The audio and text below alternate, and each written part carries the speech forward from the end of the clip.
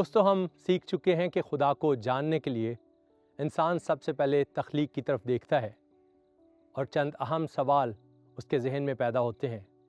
کہ اس کائنات کو کس نے بنایا، اس کائنات کا نظام آخر کون چلا رہا ہے، اس میں اس قدر ترتیب اور خوبصورتی کیسے اور کہاں سے آئی۔ اور اس کا جواب ہمیں اسی میں ملتا ہے کہ ایک خالق ہے، ایک مالک ہے، ایک کریٹر ہے جس نے اس ساری تخلیق کو خلق کیا۔ اس کے بعد ہم نے دیکھا کہ کس طرح سے وہی خدا انسان کے اندر اس کے ضمیر کے ذریعے سے بھی ایک چراغ کو منور رکھتا ہے، اور اس روشنی میں بھی انسان اپنے آپ کو جان سکتا ہے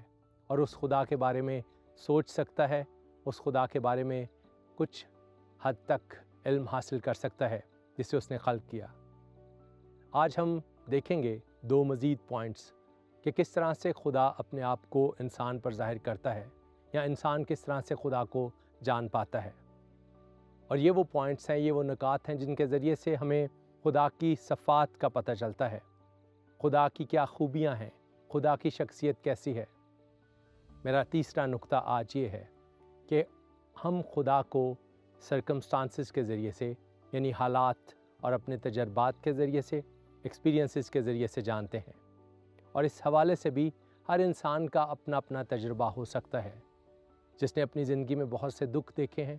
تکلیفیں اور مصیبتیں برداشت کی ہیں، شاید وہ سوچے گا کہ کوئی خدا نہیں، اور اگر اس کے اندر یقین ہے کہ خدا ہے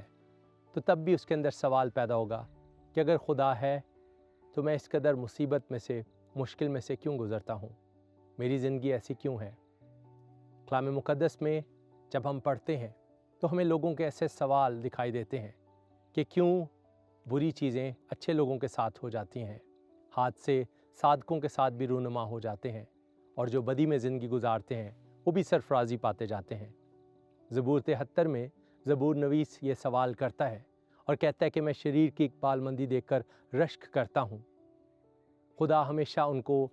اچھے حالات میں رکھتا ہے، ہمیشہ وہ سرفراز ہوتے ہوئے دکھائی دیتے ہیں، لیکن پھر آگے چل کر وہ اسی زبور 73 میں اس بات کا جواب تلاش کر لیتا ہے اور کہتا ہے کہ میں نے خدا کے مقدس میں جا کر اس بات پر غور کیا، اور میں نے سوچا کہ خدا نے ان کو پھسلنی جگہوں پر رکھا ہے، اور وہاں پر وہ یہ کہتا ہے کہ میں نے ان کے انجام پر غور کیا۔ آج آپ کوئی بھی کہانی دیکھ لیں، کوئی بھی فلم دیکھ لیں، اس کے اختتام پر آپ کو برائی کا انجام برا ہی دکھائی دے گا۔ بے شک اس فلم میں، اس سیریز میں، اس کہانی میں لگتا ہے کہ جو منفی کردار ہے وہ ترقی کر رہا ہے، لیکن آخر کار اس کے وہ حالات ایک سے نہیں رہتے، اس لیے کہ خدا کا خوف اس کے اندر نہیں ہوتا۔ ہاں، ہم خدا کو اپنے تجربات سے، اپنے حالات کے ذریعے سے جان سکتے ہیں، لیکن ایک حد تک ہم اس کی صفات کے بارے میں، اس کی شخصیت کے بارے میں بھی ایک نظریہ رکھ سکتے ہیں، لیکن وہ بھی کسی حد تک۔ اگر ہمارے حالات اچھے ہوں گے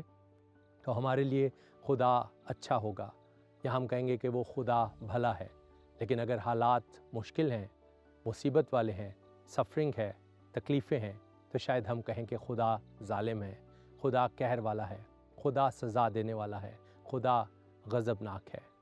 آئیے اسی حوالے کو جو ہم نے گزشتہ پروگرام میں بھی دیکھا، اور یہ ہمارا مرکزی حوالہ ہے ان تمام پروگرامز کے حوالے سے، رومیو کا پہلا باب، اور اس میں 18ویں آیت سے ہم نے پڑھا تھا، لکھا ہے کیونکہ خدا کا غضب ان آدمیوں کی تمام بے دینی اور ناراستی پر آسمان سے ظاہر ہوتا ہے جو حق کو ناراستی سے دبائے رکھتے ہیں۔ خدا کیوں غضبناک ہوتا ہے؟ خدا کا قہر کیوں انسان پر ظاہر ہوتا ہے؟ انسان کی ناراستی کے باعث، انسان کی بدی کے باعث۔ ایک تو ہم یہ چیز دیکھتے ہیں کہ جیسا ہم کرتے ہیں ویسا ہم بھرتے بھی ہیں، لیکن اس کے ساتھ ساتھ ہمیں یہ بھی یاد رکھنا چاہیے کہ خدا انصاف کا خدا ہے، اور یہ اصول جو ایک یونیورسل ٹروتھ کی طرح ہیں، جو ایک عالمگیر سچائی کی طرح ہے کہ جیسا کرو گے ویسا بھرو گے، در حقیقت یہی خدا کا انصاف ہے۔ خدا معاف بھی کرتا ہے، لیکن اس کے ساتھ ساتھ وہ مجرم کو بھی بری نہیں کرتا، مجرم کو بھی نہیں چھوڑتا۔ خدا گناہ سے تو نفرت رکھتا ہے، لیکن اس بات کو یاد رکھیں کہ خدا گناہ گار سے محبت رکھتا ہے۔ تو بھی انسان دنیا کے حالات کو دیکھ کر، قدرتی آفات کو دیکھ کر، زلزلے، سیلاب،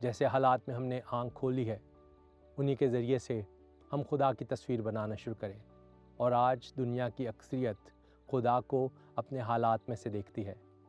لیکن جب ہم خدا کو گہرے طور پر جان جاتے ہیں، خدا کی پہچان میں آگے بڑھ جاتے ہیں، تو پھر ہم اپنے حالات کو خدا میں سے دیکھتے ہیں۔ پھر ہمیں ہمارے حالات مشکل یا منفی نہیں لگتے۔ ہم مصیبت سے نکل کر خوشحالی میں ہی شکر گزاری نہیں کرتے، بلکہ خدا کے کلام کے مطابق ہر ایک بات میں اس کے شکر گزار ہوتے ہیں، اس کے عرفان میں، اس کی پہچان میں آگے بڑھتے چلے جاتے ہیں۔ اگر ہم رومیو کے اس حوالے پر غور کریں تو وہاں پر ہمیں خدا کا غضب تو دکھائی دیتا ہے، لیکن اس کے پیچھے انسان کی ناراضگی ہے،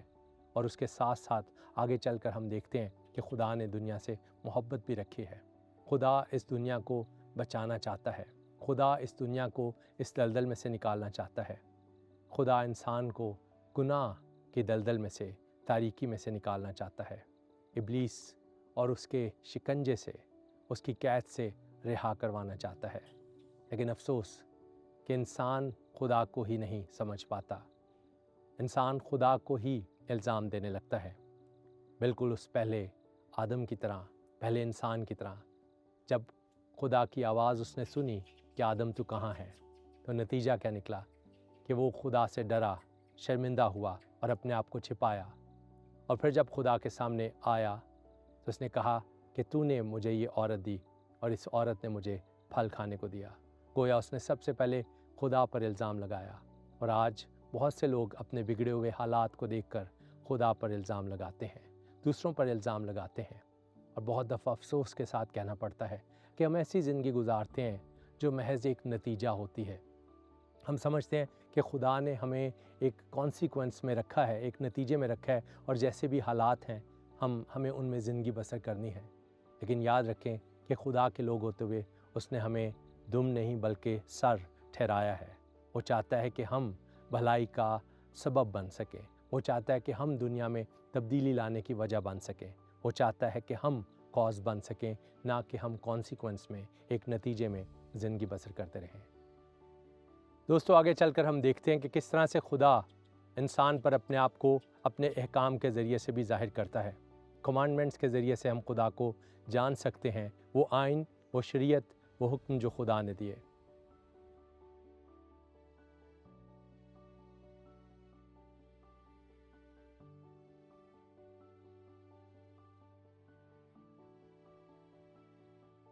دوستو، ہم دیکھ چکے ہیں کہ خدا کس طرح سے حالات میں سے بھی اپنے آپ کو انسان پر ظاہر کرتا ہے، لیکن ہر انسان اپنے اپنے زاویے سے خدا کو دیکھنے لگتا اور خدا کا تصور اپنے ذہن میں بنا لیتا ہے۔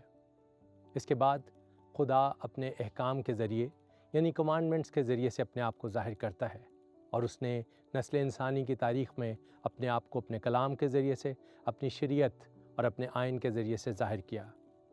ہر مذہب میں، ہر عقیدے میں کوئی نہ کوئی احکام پائے جاتے ہیں جو اخلاقی نوعیت کے ہوتے ہیں۔ ہر معاشرے میں بھی قوانین بنائے جاتے ہیں تاکہ اس کے مطابق انسان زندگی بسر کر سکے اور ایک دوسرے کے لیے معاون ثابت ہو، اور اس کا تحفظ بھی اسی قانون میں ہے۔ خدا نے بھی اپنے احکام انسان کو اس کے تحفظ کے لیے، اس کی محافظت کے لیے دیے۔ کلام مقدس میں زبور 119 اس کی 105ویں آیت میں لکھا ہے کہ تیرا کلام میرے قدموں کے لیے چراغ اور میری راہ کے لیے روشنی ہے۔ ہم نے دیکھا کہ کس طرح سے یہ تخلیق بھی جب ہم اس کو روشنی میں دیکھتے ہیں، اپنی آنکھوں سے دیکھ پاتے ہیں، تو ہمیں بتاتی ہے کہ اس کی خوبصورتی میں اس کے خالق کی خوبصورتی ہے۔ ہم نے دیکھا کہ کس طرح سے انسان کا ضمیر خدا کا چراغ ہے، آدمی کا ضمیر خداوند کا چراغ ہے جو اس کے دل کا حال دریافت کرتا ہے۔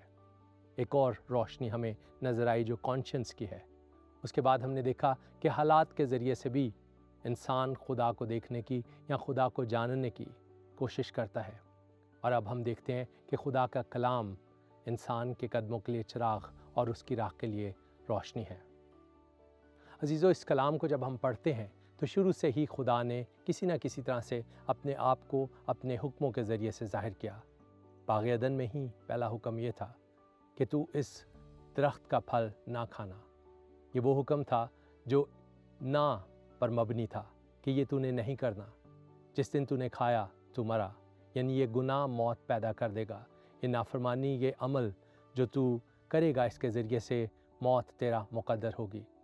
اس کے بعد دیکھتے ہیں کہ جب انسان سے وہ پہلا گناہ ہو گیا، نافرمانی ہو گئی، تو خدا نے وقتاً فوقتاً اپنے احکام دیے جو ہمیں خدا کی مرضی کو بتاتے ہیں، خدا کی شریعت جس کو ہم کہتے ہیں، اور ان میں سب سے اہم ہمیں 10 احکام یعنی 10 کمانڈمنٹس نظر آتے ہیں،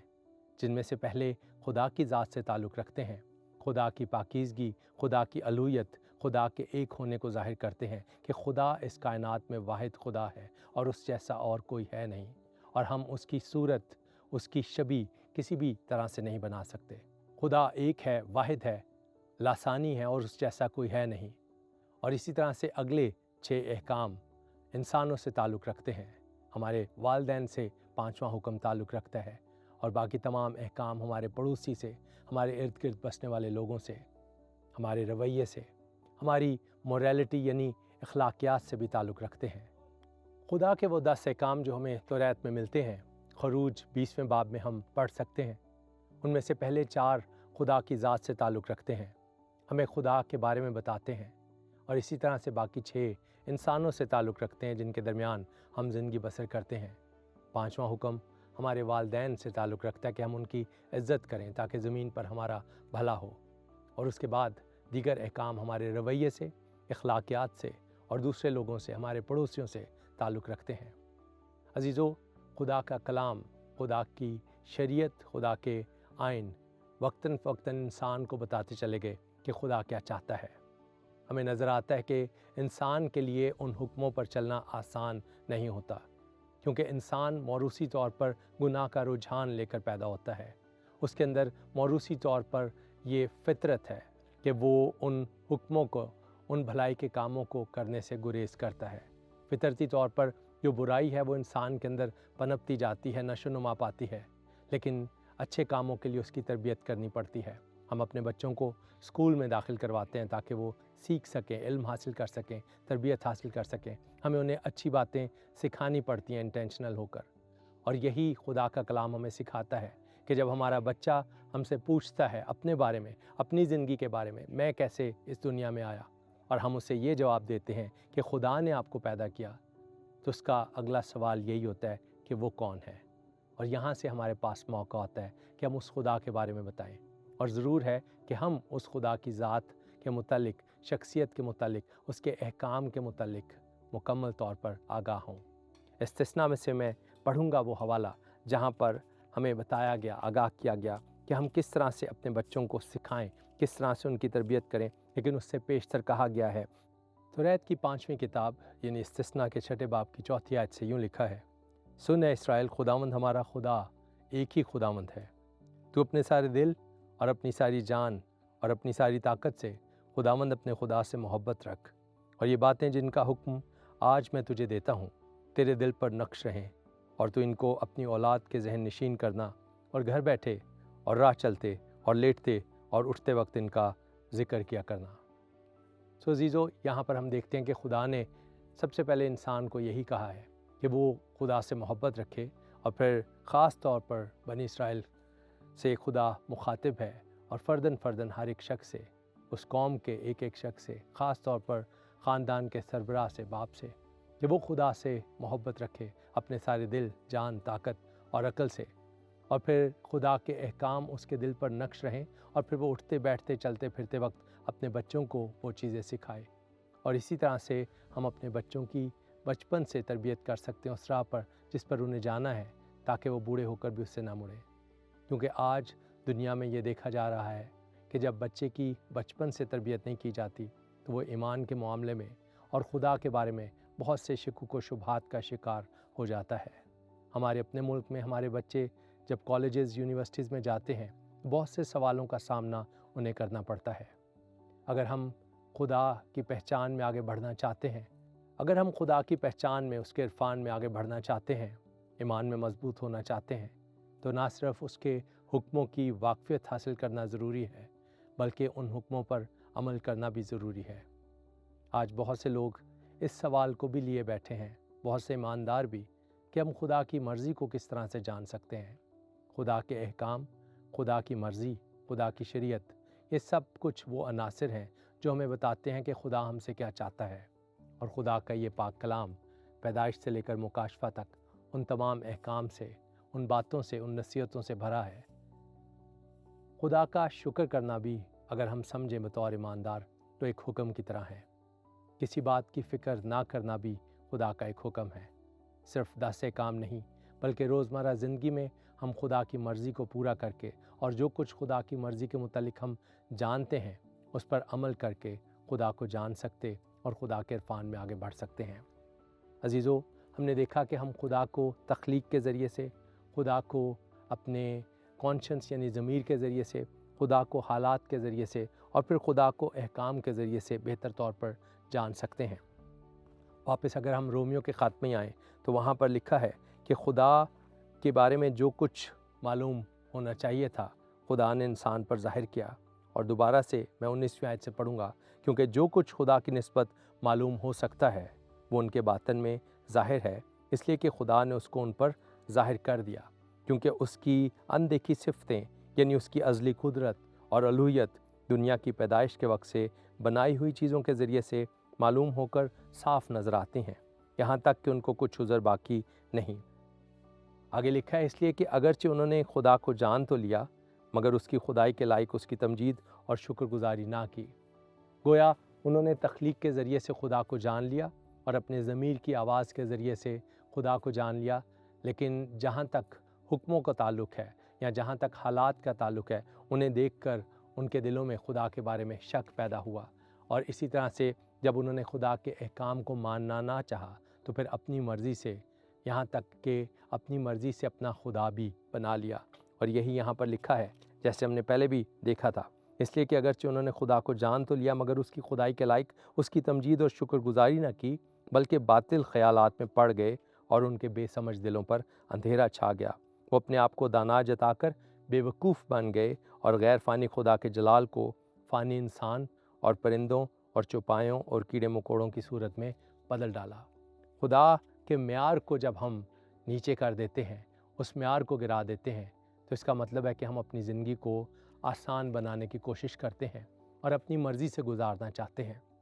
اس واسطے خدا نے ان کے دلوں کی خواہشوں کے مطابق انہیں ناپاکی میں چھوڑ دیا کہ ان کے بدن آپس میں بے حرمت کیے جائیں، اس لیے کہ انہوں نے خدا کی سچائی کو بدل کر جھوٹ بنا ڈالا اور مخلوقات کی زیادہ پرستش اور عبادت کی بنسبت اس خالق کے جو ابد تک معمود ہے۔ آمین۔ عزیزو، خدا ہی حمد کے لائق ہے، اور جب ہم کہتے ہیں کہ ہمیں خدا نے بنایا ہے اور خدا کون ہے تو اگلا سوال یہ بھی پیدا ہوتا ہے کہ خدا نے ہمیں کیوں بنایا ہے؟ اور یسایہ 43ویں باب کی 21ویں آیت میں لکھا ہے کہ میں نے ان لوگوں کو اس لیے بنایا ہے تاکہ یہ میری حمد کریں۔ ہمیں اس خدا کی حمد کرنی ہے، اس تخلیق کے ذریعے سے بھی اور اسی طرح سے خدا کی مرضی کو اپنی زندگی میں پورا کر کے بھی۔ اب سوال یہ پیدا ہوتا ہے کہ کیا ہم خدا کو محض اس کے احکام کے ذریعے سے جان سکتے ہیں، یا اس کے احکام جو اس کے پاک کلام میں ملتے ہیں، کیا ان کے ذریعے سے ہم خدا کو جان سکتے ہیں؟ کوئی کہہ سکتا ہے کہ ہاں، اور بھی الہامی کتب ہیں اور ان کے ذریعے سے بھی ہمیں خدا کے احکام کا علم ہوتا ہے۔ ہمیں یہ جاننے کی ضرورت ہے کہ خدا کے حکم کیا ہیں، کیسے ہیں اور کس بارے میں ہیں، اور وہ ہمارے اندر کیسا اثر پیدا کرتے ہیں، اور کیا ہم ان حکموں پر عمل کر سکتے ہیں یا نہیں۔ اگر کوئی معبود، اگر کوئی خدا ایسا حکم دیتا ہے جو دوسرے انسانوں کے لیے خطرناک ہے، خوفناک ہے، تو پھر ہمیں سوچنا ہے کہ ہم کس خدا کی پرستش کر رہے ہیں۔ بہت دفعہ عہد عتیق کے حوالے سے یہ سوال پیدا ہوتا ہے کہ خدا کیوں دوسری قوموں میں کہتا تھا کہ جا کر ان کو مار دو یا جنگ و جدل کے لیے ابھارتا تھا۔ ہمیں اس بات کو یاد رکھنا چاہیے کہ اس کے پیچھے، اس حکم کے پیچھے یا اس جنگ کے پیچھے بہت دفعہ بلکہ ہمیشہ خدا کی غیوری اور خدا کی پاکیزگی ہوتی تھی۔ جو قوم خدا کی نافرمانی کرتی تھی، خدا دوسری قوم کو، خواہ اس کی اپنی قوم اسرائیل ہی کیوں نہیں تھی، اگر انہوں نے بھی نافرمانی کی تو خدا بابلیوں کو، خدا اسوریوں کو ان کے اوپر چڑھا لایا، کیونکہ خدا پاک خدا ہے۔ خدا ان احکام کے ذریعے سے بھی اپنے آپ کو ظاہر کرتا رہا، لیکن آج خدا غضب کے ساتھ نہیں بلکہ محبت کے ساتھ انسان کو حکم دیتا ہے کہ وہ اس کی پیروی کرے، اس کے پیچھے ہو لے، کیونکہ وہ انسان کو تلاش کر رہا ہے۔ لیکن سوال یہ ہے کہ کیا ہم محض شریعت کے ذریعے سے، حکموں کے ذریعے سے خدا کو کلی طور پر جان سکتے ہیں، اس کے کلام کے ذریعے سے جان سکتے ہیں؟ ہاں، بہت حد تک۔ لیکن اگر ہم اس شریعت کو ہی ان احکام کو ہی خدا سے زیادہ درجہ دے دیں تو پھر ہم خطرناک صورتحال سے دوچار ہو جاتے ہیں۔ یہاں پر لکھا ہے رومیو 3 باب میں، اگر ہم اس کی 20ویں آیت دیکھیں تو لکھا ہے کیونکہ شریعت کے اعمال سے کوئی بشر اس کے حضور راست باز نہیں ٹھہرے گا، اس لیے کہ شریعت کے وسیلے سے تو گناہ کی پہچان ہی ہوتی ہے،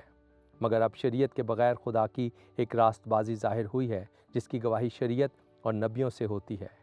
اور آگے چل کر ہم دیکھیں گے کہ وہ راست بازی جو خدا نے ظاہر کی اپنی شریعت میں ہی اپنے نبیوں کے وسیلے سے، وہ کیا تھی۔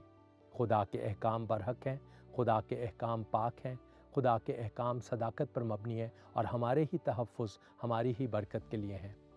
لیکن ان حکموں پر کیا میں اپنے زور سے، اپنی قوت سے عمل کر سکتا ہوں؟ کیا میں سچائی سے اگر غور کروں تو میں خدا کی مرضی کو اپنی زندگی میں آسانی سے پورا کر سکتا ہوں؟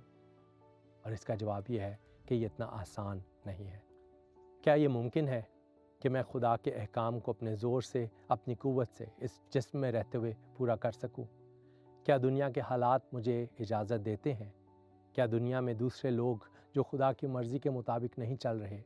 میرے لیے آسانی پیدا کرتے ہیں کہ میں خدا کی مرضی کو، اس کے حکموں کو پورا کر سکوں، یا پھر دنیا کے مخالف مجھے چلنا پڑے گا اگر میں خدا کی مرضی پر عمل کرنا چاہتا ہوں؟ اس کے لیے زور، اس کے لیے قوت، اس کے لیے طاقت مجھے کہاں سے ملے گی؟ اسی سلسلے کو آگے بڑھاتے ہوئے اگلی بار ہم دیکھیں گے کہ کس طرح سے خدا ہماری رہنمائی کرتا ہے، وعدے کرتا ہے، کس طرح سے وہ ہمیں برکت دینے کا دعویٰ کرتا ہے اور وعدہ کرتا ہے۔ خدا کے احکام، خدا کی شریعت ہمیں گناہ کی پہچان بھی کرواتی ہے اور اس کے ساتھ ساتھ خدا کی پاکیزگی بھی ہم پر ظاہر کرتی ہے۔ ضرور ہے کہ ہم غالب آئیں، لیکن شریعت پر عمل کرنے کے وسیلے سے ہم راست باز ٹھہرتے ہیں۔ پر کلام ہمیں یہ بھی بتاتا ہے کہ کوئی بھی انسان ان حکموں پر، اس الہی شریعت پر 100% عمل نہ کر سکا۔ آگے چل کر آخری پروگرام میں ہم دیکھیں گے کہ کس طرح سے خدا اپنے عہدوں کے ذریعے سے، کووننٹس کے ذریعے سے، اور اسی طرح سے اس نے خداوند یسوع مسیح یعنی کرائسٹ کے ذریعے سے اپنے آپ کو ظاہر کیا۔ خداوند آپ سب کو برکت بخشے۔